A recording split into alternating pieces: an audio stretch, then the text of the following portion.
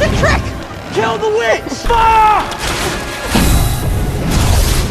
The instant the prince led his forces into battle, they unknowingly stepped straight into the witch's snare, because the moment the so-called righteous side strikes first, the balance flips, good turns dark, and evil suddenly takes on the role of good. Almost immediately, the students from the evil school began to transform. Their dark robes vanished, replaced by elegant uniforms, officially rebranded as students of the good school. Even the witch herself regained her former beauty. Meanwhile, before the prince and his companions could process what was happening, they were cast into the role of villains. The defenders became attackers, and the attackers were forced to defend. This was exactly what Sophie had planned from the beginning. If she was never allowed to belong to the good school, then she would simply make the evil school become the good school instead. Soon, chaos erupted as both sides clashed, and it became impossible to tell who was truly good or evil, which was precisely what Sophie wanted. With that done, only one enemy remained. Sophie transformed into a blackbird and flew toward the headmaster's tower, but when she arrived, the headmaster was nowhere to be found. Standing there instead was the true founder of the evil school. Long ago, two brothers once existed,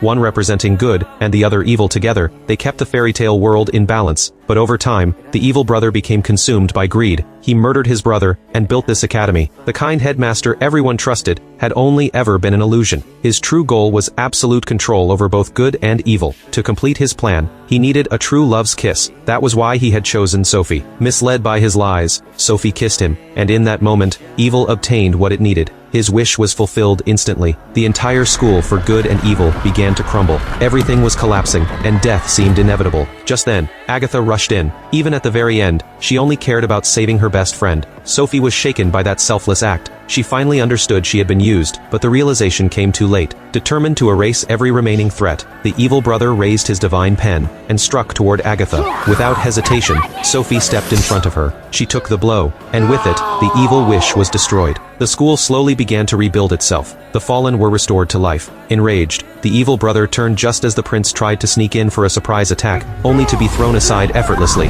The prince was slammed against the wall, moments away from death. At that critical second, Sophie summoned the prince's sacred sword using her magic. Agatha caught it and struck with everything she had. The evil brother was reduced to dust in an instant. Peace finally returned. Agatha cradled Sophie in her arms as tears streamed down her face. To her surprise, those tears brought Sophie back to life. After all, fairy tales are meant to end happily. In the end, the school for good and evil no longer divided students by light or darkness. Everyone learned side by side. Sophie and Agatha chose to return to the real world, becoming inseparable best friends once more, just like they were at the start. But the story wasn't truly finished. That very day, an arrow shot through the gateway between worlds, and a familiar voice echoed from afar.